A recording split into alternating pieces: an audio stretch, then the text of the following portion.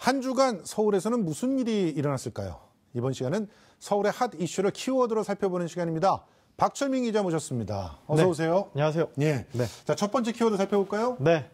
첫 번째 키워드, 도심으로 유턴입니다. 뭐가 도심으로 다시 돌아오나요? 네. 바로 지금 서울 집값을 잡기 위해서 정부가 내놓은 대책 중에서 그린벨트를 해제해 여기에 주택을 공급하겠다는 계획이 있었는데 그렇죠. 서울시가 여기에 대한 대안으로 그린벨트가 아닌 도심으로 개발을 하겠다, 도심에 주택 공급을 하겠다라는 계획을 발표하면서 이렇게 도심으로 유턴이라고 키워드를 잡아봤습니다. 무슨 말인지 알겠습니다. 그러니까 그린벨트를 훼손하는 대신에 도심의 용적률 조정 같은 걸 통해 가지고 도심도 활력을 좀 찾게 하고 그리고 그린벨트도 지키겠다는 두 마리 토끼를 잡는 그런 정책이죠? 맞습니다.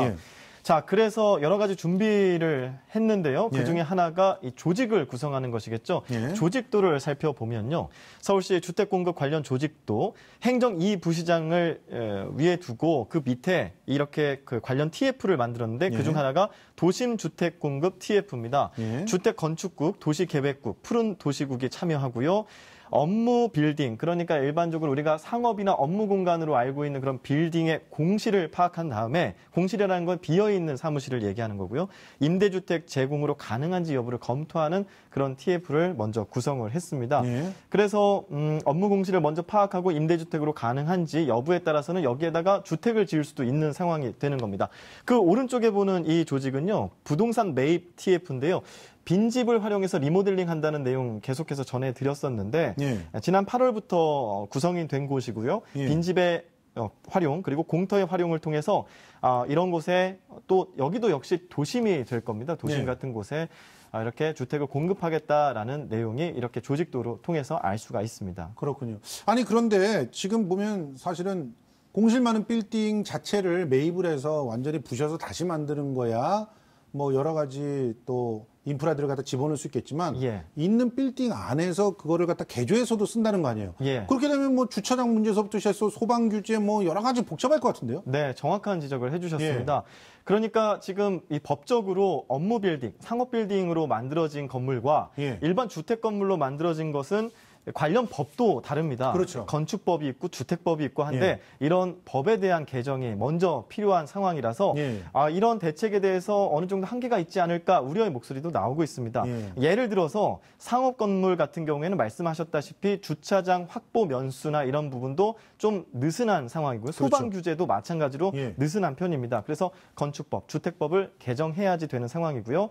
또 업무 공간을 주택으로 바꾸려면 일단은 바닥에 있는 난방부터 깔아야 되는 것. 그리고 개별 화장실 구비해야 되고 주방도 만들어야 되고 리모델링이 꽤 많이 들어가기 때문에 비용적인 측면도 발생을 합니다. 그래서 시가 주택으로 공급하는 이 빌딩에 용적률을 높여주겠다고 하는 부분도 또 역시 마찬가지로 문제 소지가 있는데요.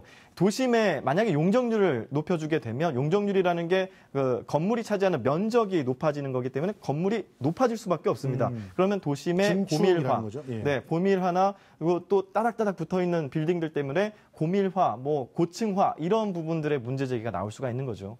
어쨌든 지금 새로운 아이디어이긴 합니다. 그리고 만약에 제대로만 이게 구상대로만 되면 이 집은 굉장히 매력적인 집이 될 수가 있어요. 그렇습니다. 바로 일하는 곳 옆에 집이 생길 수도 있고 일하는 곳 밑이나 위에 집이 생길 수 있다는 거 아니에요? 네, 정말 수요자가 원하는 곳에 집이 생길 수 있는 것이니까요. 자, 앞으로 어떻게 문제를 풀지 우리 TF들한테 기대를 좀 해보고요.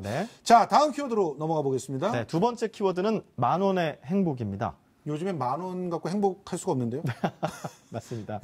네, 그런데 이제 10,000원의 행복이라는 것은 일에 대한 일의 보람으로 채워지는 그 행복이 이제 10,000원으로 보상이 된다라는 그런 의미에서 한번 넣어봤는데요. 어떻게 일에 대한 보상 10,000원으로 이게 시급 10,000원을 말씀하시는구나. 네, 시급을 말씀드렸습니다. 서울시가 내년에 생활임금을 올해 9,211원에서 10% 정도 인상한 1,148원으로 책정을 했습니다. 내년도 법정 최저임금이 8,350원이니까 이보다도 1,700원 이상 높은 거고요. 월급으로 보면은 한 월 9시간 기준으로 했을 때 212만 원 정도가 된다고 보시면 되겠습니다. 저 생활임금하고 최저임금 구분 못하시는 분이 있으니까 좀 설명을 해주세요. 네, 최저임금이라는 것은 법으로 정해져 있는 근로자가 받아야 될 최저 수준의 시급을 얘기를 하는데요. 예. 그래서 생활임금이라는 걸 서울시가 적용을 했는데 서울시의 생활임금과 최저임금은 뭐가 다르냐라고 했을 때는 적용 대상이 다릅니다. 예. 서울시나 서울시 산하기관에 속해 있는 근로자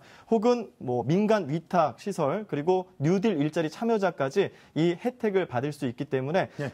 나는 그럼 생활임금 못 받습니까? 라고 했을 때는 서울시 산하기관이 아니면 좀 어렵다라고 생각을 하시면 될 것 같습니다. 그러니까 이 생활임금이라고 하는 건 서울시가 기준을 이렇게 올려놓고 네. 다른 곳에서 좀 따라오도록 하자 이런 얘기인데 맞습니다. 사실 이 서울시 생활임금에 자극받아서 카페 사장님들 같은 분들 나 시급 10,000원 줄 거야 이런 분들 꽤 있어요. 네. 그러니까 나름대로 잘만 정착이 되면 여러 가지 그 좋은 점들이 있지 않을까 생각이 됩니다. 예. 마지막 키워드 한번 보겠습니다. 네, 마지막 키워드는 11주년 기념은 평양에서. 요거는 확실합니다. 네.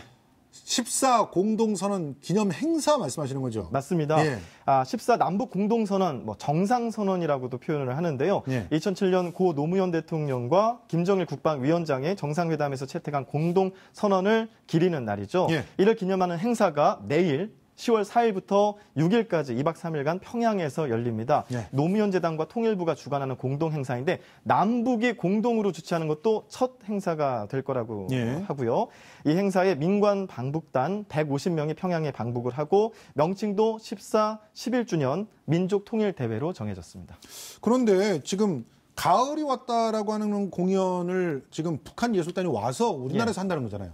근데 이걸 서로 하려고 지금 경쟁이 좀 붙었다 그런 얘기가 있던데요? 네, 사실 14 남북 그 공동선언 이번에 11주년 기념일 때문에 예. 10월이 조금 남북 문화교류가 되는 행사로서 첫 그 행사지 않습니까? 많은 그렇죠. 기대가 되고 있습니다. 그 중에서 많은 지자체들이 가을이 왔다라는 남북 예술단의 공연을 지금 유치하기 위해서 경쟁을 하고 있는데요.